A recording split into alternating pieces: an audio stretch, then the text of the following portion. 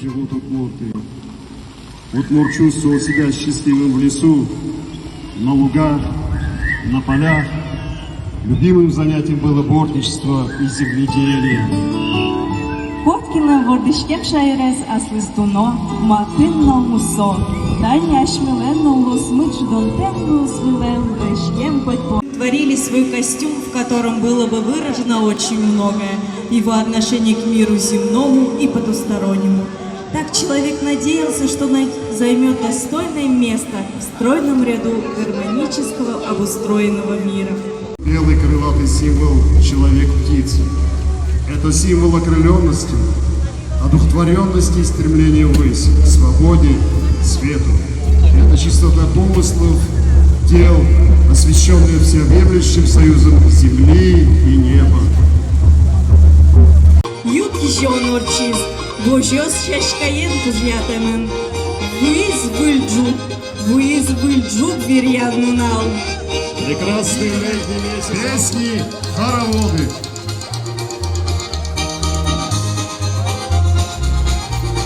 На районном празднике удмуртского народа Вельджук приехали фольклорные коллективы со всех уголков нашего района. Народный удмуртский фольклорный ансамбль «Ложо».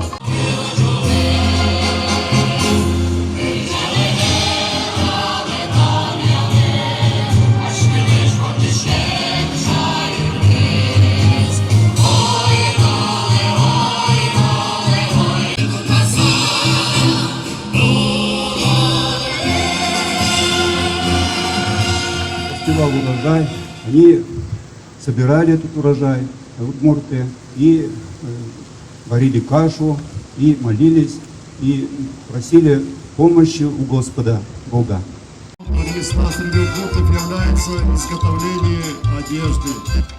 Те ключ, которым можно открыть тайный сосуд этого вида творчества.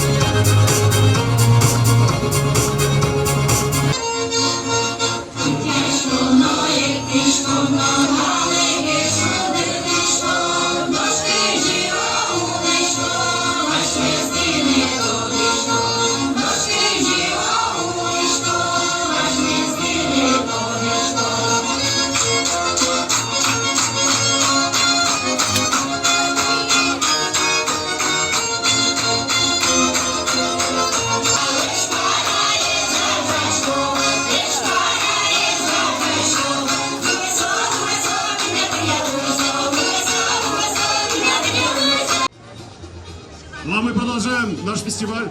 Уважаемые зрители, сегодня мы организуем большой хоровод. Наш хоровод нашего...